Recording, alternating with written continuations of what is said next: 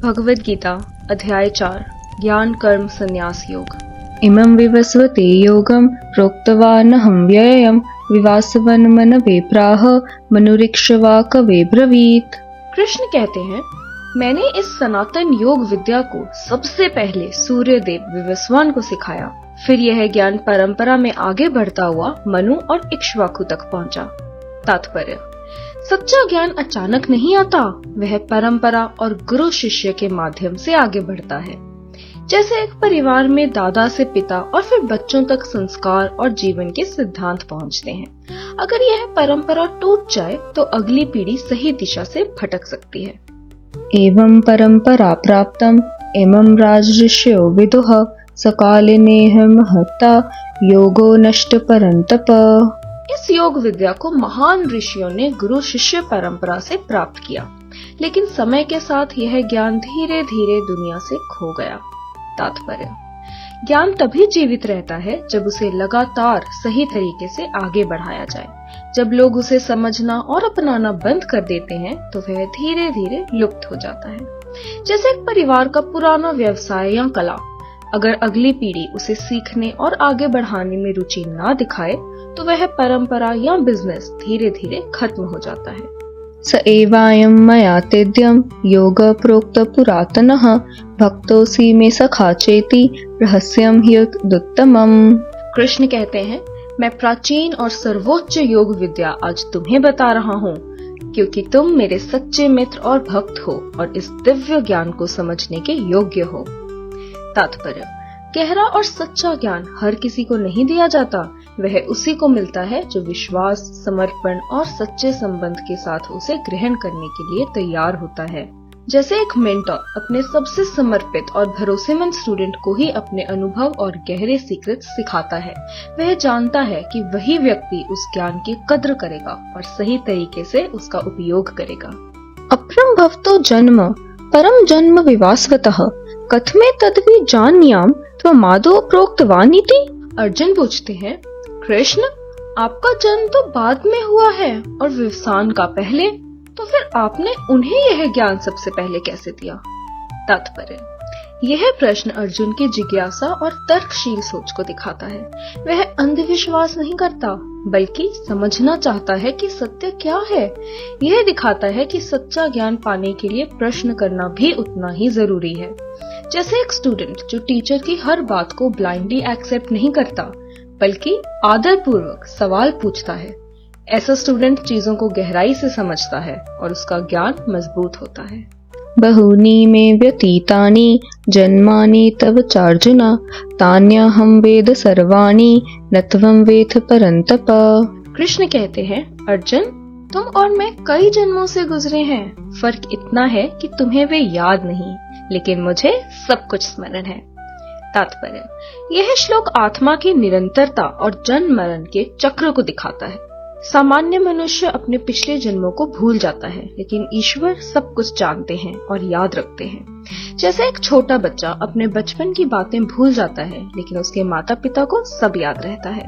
अजोपि सन् व्ययात्मा भूतानामीश्वरोऽपि सन् प्रकृतिं स्वामधिष्ठाय संभवाम्य आत्मा मायया।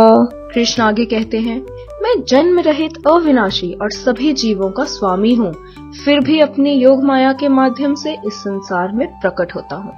तात्पर्य: ईश्वर सामान्य मनुष्य की तरह जन्म नहीं लेते, वे अपनी इच्छा और दिव्य शक्ति से समय समय पर प्रकट होते हैं। उनका अवतार लेना किसी मजबूरी से नहीं, बल्कि संसार के संतुलन और धर्म की रक्षा के लिए होता है। जैसे एक कंपनी का फाउंडर हर छोटी चीज में इन्वॉल्व नहीं होता, फिर भी जब कोई बड़ी समस्या आती है तो वह खुद आगे आकर उसे संभालता है। यदा यदा हि धर्मस्य ग्लानिर्भवति भारत अभ्युत्थानं धर्मस्य तदात्मानं सृजाम्यहम्। परित्राणाय साधूनां विनाशाय च दुष्कृतां धर्म संस्थापनार्थाय संभवामि युगे युगे। मैं हर युग में इस संसार में इसलिए प्रकट होता हूँ ताकि अच्छे लोगों की रक्षा कर सकूं, बुराई का अंत कर सकूं और धर्म को फिर से स्थापित कर सकूं। तात्पर्य, यह श्लोक श्रीमद् भगवद गीता के सबसे प्रसिद्ध श्लोक हैं और बताते हैं कि धर्म और न्याय की रक्षा हमेशा सक्रिय प्रक्रिया है। जैसे एक स्कूल में कुछ बच्चे नियम तोड़ते हैं और माहौल खराब होने लगता है, तो कोई टीचर या प्रिंसिपल आकर अनुशासन वापस लाता है। वह अच्छे छात्रों की रक्षा करता है और गलत व्यवहार को रोकता है ताकि पूरे स्कूल में संतुलन बना रहे। जन कर्म च मे दिव्यम एवं यो वेति तत्वतः त्यक्त्वा देहं पुनर्जन्म नैति मामेति स्वर्जना वीतराग भय क्रोधा मन्मया माम उपाश्रिताः बहवो ज्ञान तपस्सा पूता मद्भावम आगताः। जो लोग आसक्ति, भय और क्रोध से मुक्त होकर मुझे ही अपना आश्रय मानकर मुझ में पूर्ण रूप से समर्पित हो जाते हैं, वे ज्ञान के द्वारा शुद्ध होकर मेरी दिव्य शक्ति को और दिव्य भक्ति को प्राप्त करते हैं। तात्पर्य, जब हम भय, गुस्सा और मोह छोड़कर विश्वास और समर्पण अपनाते हैं, तभी हम मानसिक शांति, आध्यात्मिक उन्नति और वास्तविक विकास की ओर बढ़ते हैं। जैसे एक पेशेंट जो गंभीर बीमारी से जूझ रहा है, लेकिन वह डॉक्टर पर पूरा भरोसा करके अपने डर और घबराहट को छोड़ देता है। जब वह चिंता छोड़कर इलाज की पूरी तरह फॉलो करता है, तो उसके ठीक होने की संभावना बढ़ जाती है और उसका मन भी शांत रहता है।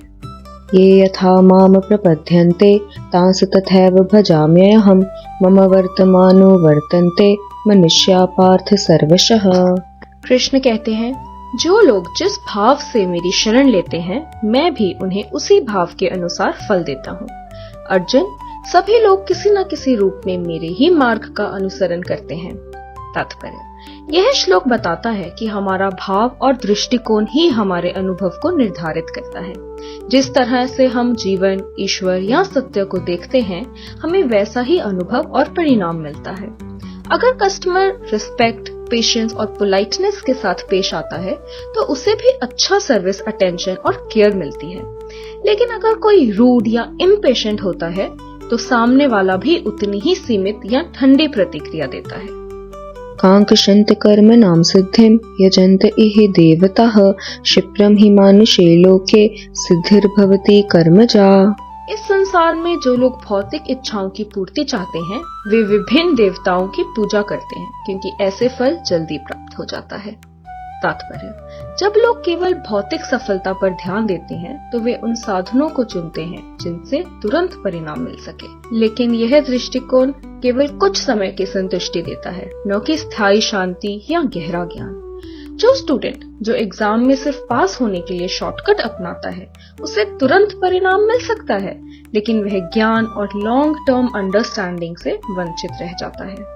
चातुर्वर्ण्यं मया सृष्टं गुणकर्म विभागशः तस्य कर्तारमपि मां विद्यकर्तारमव्ययम् न माम कर्माणि लिम्पन्ति न मे कर्मफले स्पृहा इति माम युभिजानाति कर्मभिर्न सभद्यते।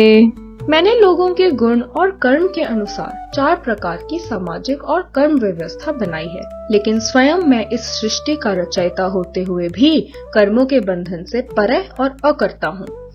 कर्म मुझे प्रभावित नहीं करते और न ही मुझे उनके फलों की कोई इच्छा है।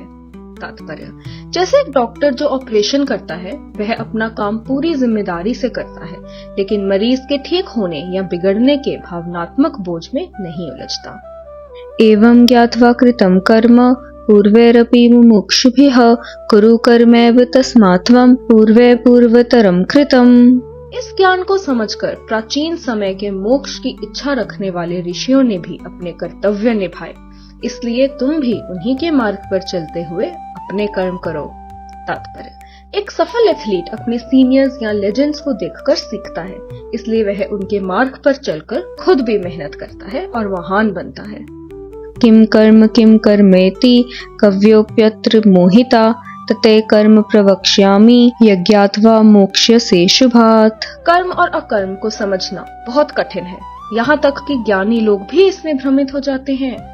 अब मैं तुम्हें कर्म के उस गहरे रहस्य को समझाऊंगा जिसे जानकर तुम बंधनों से मुक्त हो सकोगे। तात्पर्य, एक स्टूडेंट जो पूरे दिन पढ़ाई करता है लेकिन सिर्फ तनाव और दबाव में, और दूसरा स्टूडेंट कम पढ़ता है लेकिन पूरी समझ और फोकस के साथ पढ़ता है। ऊपर से देखने पर फर्क समझना मुश्किल है कि कौन सही कर्म कर रहा है। कर्मणो ह्यापि बोद्धव्यम बोद्धव्यम च विकर्मणः अकर्मणस्य बोद्धव्यम गहना कर्मणो गतिः। सही कर्म, गलत कर्म और अकर्म, इन तीनों की प्रकृति को समझना आवश्यक है क्योंकि इनका वास्तविक सत्य बहुत गहरा और सूक्ष्म है। कर्मण्य कर्म य पश्येद अकर्मणि च कर्म यः स बुद्धिमान मनुष्येषु संयुक्त कृत्स्न कर्म कृत। जो व्यक्ति यह समझ लेता है कि अकर्म में भी कर्म छिपा होता है और कर्म में भी अकर्म का भाव हो सकता है, वही वास्तव में ज्ञानी है। तात्पर्य, जो व्यक्ति यह जान लेता है कि कभी कभी ना करना भी एक कर्म है और करते हुए भी भीतर से निर्लिप्त रहना संभव है, वही संतुलित और जागरूक होता है। एक सीनियर डॉक्टर इमरजेंसी में काम करता है लेकिन अंदर से शांत और डिटैच्ड रहता है। वह भावनाओं में बहकर घबराता नहीं बल्कि स्थिर मन से सही निर्णय लेता है। और कभी कभी आराम कर रहा जूनियर डॉक्टर भी मेंटली एक्टिव होता है और केस के बारे में ही सोचता रहता है। यस्य सर्वे समारंभा काम संकल्प वर्जिता ज्ञान अग्नि दग्ध कर्माणं तमाहु पंडितं बुधा। त्यक्त्वा कर्म फलासंगम नित्य तृप्तो निराश्रयः कर्मण्यभिप्रवृत्तोऽपि नैव किंचित् करोति सः। निराश्रय यतात्मा त्यक्त सर्व परिग्रह शरीरं केवलं कर्म कुर्वन्नाप्नोति किल्बिषम्। यदृच्छालाभ संतुष्टो द्वन्द्वावितो विमत्सरः समसिद्धावसिद्धो च कृत्वापि न निबध्यते। गतसंगस्य मुक्तस्य ज्ञान अवस्थित चेतसः यज्ञायाचरत कर्म समग्रं प्रविलीयते।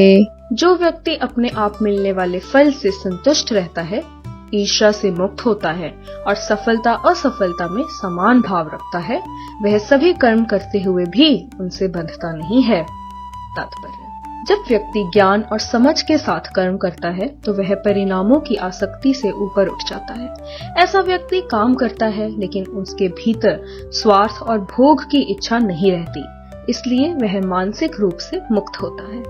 सोशल वर्कर जरूरतमंदों की सेवा करता है। वह यह काम प्रसिद्ध या पैसे के लिए नहीं करता बल्कि सेवा भाव से करता है, इसलिए वह अपने काम में तनाव या अपेक्षा नहीं रखता और शांत रहता है। ब्रह्मार्पण ब्रह्मावीत ब्रह्माग्नो ब्रह्मणाहुतम ब्रह्मैव तेन गंतव्यम ब्रह्म कर्म समाधिना। आगे कृष्ण कहते हैं, जो लोग पूर्ण रूप से ईश्वर चेतना में स्थित होते हैं, ऐसे लोग हर चीज में ईश्वर को देखकर अंततः उन्हीं को प्राप्त कर लेते हैं। तात्पर्य, जब व्यक्ति की चेतना पूरी तरह उच्च स्तर पर पहुंच जाती है तो वह हर क्रिया और वस्तु में दिव्यता देखने लगता है। उसके लिए कर्म, साधन और परिणाम अलग नहीं रहते, सब एक ही परम सत्य का हिस्सा बन जाते हैं। एक डीपली स्पिरिचुअल व्यक्ति या मंक जो हर काम को सेवा के रूप में देखता है, चाहे वह ध्यान करना हो, खाना बनाना हो, सफाई करना या किसी की मदद करना, वह हर कार्य को ईश्वर की सेवा मानकर करता है। इसलिए उसके लिए हर काम में एक ही भावना रहती है, समर्पण। देवमेव परे यज्ञं योगिना पर्युपासते ब्रह्माग्नाव परे यज्ञं यज्ञेनैवोपजुह्वति। कुछ योगी देवताओं की पूजा भौतिक वस्तुओं से करते हैं, जबकि कुछ अन्य योगी स्वयं को ही परम सत्य में समर्पित करके सर्वोच्च साधना करते हैं। तात्पर्य, साधना और भक्ति के अलग अलग स्तर होते हैं। कुछ लोग बाहरी कर्म और पूजा के माध्यम से आगे बढ़ते हैं, जबकि कुछ लोग अपने अहंकार और मैंपन को त्याग कर पूरी तरह परम सत्य में लीन हो जाते हैं। शुरुआत बाहरी साधना से होती है, लेकिन गहराई तब आती है जब व्यक्ति स्वयं को पूरी तरह उद्देश्य में समर्पित कर देता है। दो तरह के स्टूडेंट होते हैं। एक स्टूडेंट सिर्फ नोट्स और बुक्स के माध्यम से पढ़ाई करता है, जबकि दूसरा स्टूडेंट इतना डीपली फोकस्ड होता है कि वह पूरी तरह कॉन्सेप्ट में डूबकर समझ लेता है। दूसरा स्टूडेंट ज्यादा क्लियर अंडरस्टैंडिंग और मास्टरी हासिल करता है। श्रोत्रादीनि इंद्रियाणि अन्य संयमाग्निषु जुह्वति शब्दादीनि विषयान्य इंद्रिय अग्निषु जुह्वति। सर्वाणि इंद्रिय कर्माणि प्राणकर्माणि चापरे आत्मसंयम योगाग्नो जुह्वति ज्ञान दीपिते। कुछ लोग अपनी इंद्रियों को पूरी तरह नियंत्रित करके बाहरी आकर्षण से दूर रहते हैं, जबकि कुछ लोग संसार के विषयों के बीच रहते हुए भी उन्हें संयम और जागरूकता के साथ अनुभव करते हैं। दोनों ही मार्ग आत्मनियंत्रण और आध्यात्मिक विकास की ओर ले जाते हैं। तात्पर्य, सच्चा नियंत्रण या तो दूरी बनाकर आता है या फिर जागरूकता के साथ। दोनों ही आत्म विकास के रास्ते हैं। जैसे एक स्टूडेंट अपने डिस्ट्रैक्शंस जैसे मोबाइल, सोशल मीडिया को पूरी तरह अवॉइड कर देता है ताकि फोकस बढ़ सके, वहीं दूसरा स्टूडेंट वही चीजें इस्तेमाल करता है लेकिन स्ट्रिक्ट डिसिप्लिन और टाइम कंट्रोल के साथ। दोनों का उद्देश्य एक ही है, फोकस और ग्रोथ। द्रव्य यज्ञास्तपो यज्ञ योग यज्ञास्तथा परे स्वाध्याय यज्ञ यज्ञाच यत्य संचित व्रतः अपाने जुह्वति प्राणं प्राणे पानं तथा परे प्राणापान गतिरुध्वा प्राणायाम प्रायणा अपरे नियताहारा प्राणान् प्राणेषु जुह्वति सर्वेप्यते यज्ञविदो यज्ञक्षपित कल्मषः। कुछ लोग अपनी संपत्ति का दान करते हैं, कुछ कठोर तपस्या करते हैं, कुछ अष्टांग योग का अभ्यास करते हैं और कुछ शास्त्रों का अध्ययन तथा व्रतों के पालन करते हैं। कुछ प्राणायाम के माध्यम से श्वास को नियंत्रित करते हैं, कुछ भोजन को सीमित कर जीवन ऊर्जा को साधते हैं। इस प्रकार सभी साधक यज्ञ के माध्यम से अपने भीतर की शुद्धि प्राप्त करते हैं। तात्पर्य, जैसे फिटनेस और हेल्थ के लिए अलग अलग लोग अलग अलग तरीके अपनाते हैं। कोई जिम में हेवी वर्कआउट्स करता है, कोई योगा और स्ट्रेचिंग करता है, कोई स्ट्रिक्ट डाइट फॉलो करता है और कोई डेली वॉकिंग को ही अपना रूटीन बना लेता है। तरीके अलग अलग हैं और सभी अपनी जगह अपने मुताबिक सही हैं। गोल सबका एक ही है, हेल्दी और फिट रहना। यज्ञशिष्टामृतभुजो यान्ति ब्रह्म सनातनम् नायं लोको सत्य यज्ञस्य कुतो न कुरु सत्तमा।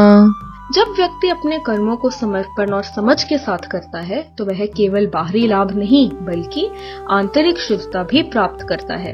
लेकिन जो लोग केवल स्वार्थ में जीते हैं वह अपने कर्तव्यों से दूर रहते हैं। वे मानसिक अशांति और असंतोष में रहते हैं। तात्पर्य, एक स्टूडेंट जो डिसिप्लिन के साथ पढ़ाई करता है और अपना शेड्यूल फॉलो करता है उसे धीरे धीरे क्लैरिटी, कॉन्फिडेंस और सक्सेस मिलती है। लेकिन जो स्टूडेंट बिना मेहनत और डिसिप्लिन के रहता है वह बार बार स्ट्रेस और फेलियर महसूस करता है। एवं बहुविधा यज्ञा वितता ब्रह्मणो मुखे कर्मजान विधितान् सर्वान् एवं ज्ञात्वा विमोक्ष्यसे। वेदों में विभिन्न प्रकार के यज्ञों का वर्णन किया गया है। ये सभी अलग अलग प्रकार के कर्मों से उत्पन्न होते हैं। जो व्यक्ति इन सत्यों को समझ लेता है वह भौतिक बंधन से मुक्त हो जाता है। तात्पर्य, जीवन में कर्तव्य करने के कई रूप होते हैं लेकिन उनका मूल उद्देश्य एक ही है, आत्मशुद्धि और मुक्ति।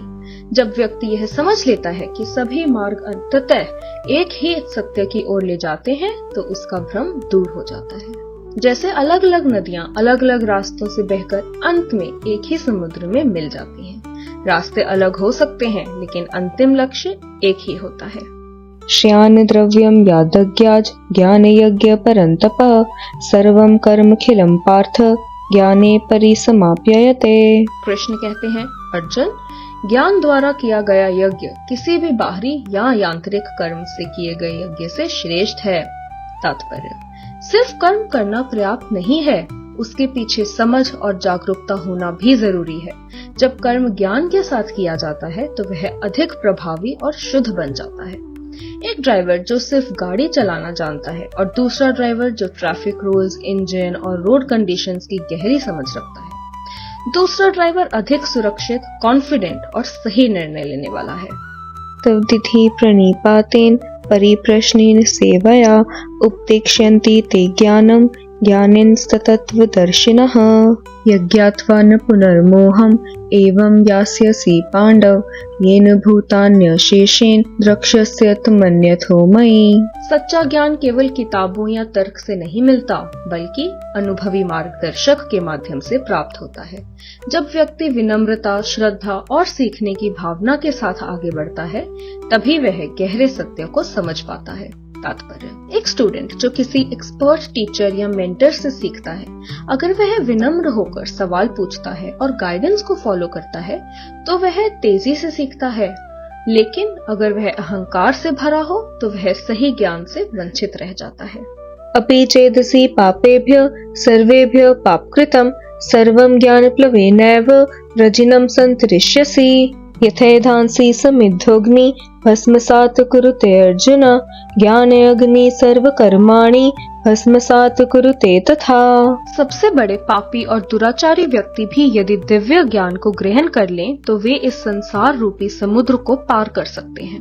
जैसे जलती हुई आग लकड़ी को पूरी तरह राख में बदल देती है, वैसे ही ज्ञान की अग्नि सभी कर्मों के बंधनों और उनके फलों को समाप्त कर देती है।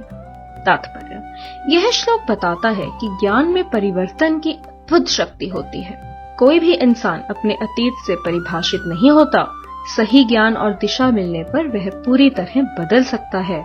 जो व्यक्ति पहले बहुत बुरी आदतों में था, लेकिन जब वह रिहैबिलिटेशन सेंटर या सही मेंटोर से जुड़ता है तो धीरे धीरे उसका जीवन बदलने लगता है।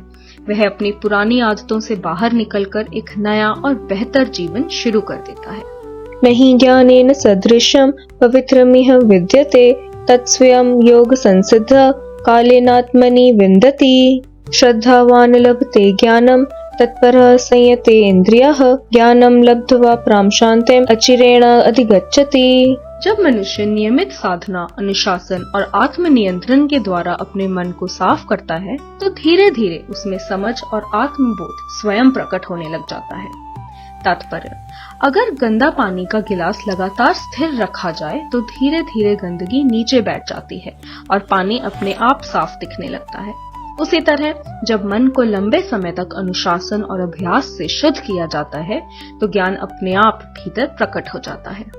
अज्ञश्चार्षत् धानश्च संशयात्मा विनश्यति नायं लोकोऽस्ति न परो न सुखम संशयात्मनः।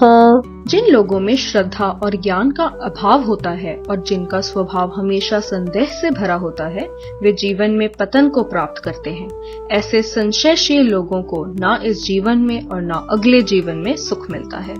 तात्पर्य: जो मरीज डॉक्टर के पास जाता है लेकिन हर ट्रीटमेंट पर शक करता रहता है, वह दवा लेने में भी डाउट करता है, लाइफस्टाइल चेंज भी फॉलो नहीं करता और बात बात पर गूगल करके कंफ्यूज हो जाता है, ऐसा व्यक्ति ठीक होने में बहुत देर लगाता है या कभी कभी ठीक ही नहीं हो पाता। योग संन्यस्त कर्माणं ज्ञान संशयन संशयम् आत्मवन्तं न कर्माणि निबध्नन्ति धनंजय। तस्मात् ज्ञान संभूतं हृस्थं ज्ञानसीनात्मनः चित्तवैनं संशयं योगम आतिष्ठोतिष्ठ भारत। कृष्ण आगे कहते हैं, इसलिए अर्जुन अपने हृदय के सभी संदेहों को ज्ञान की तलवार से समाप्त करो। कर्म योग में स्थिर होकर उठो और अपने कर्तव्य का पालन करो।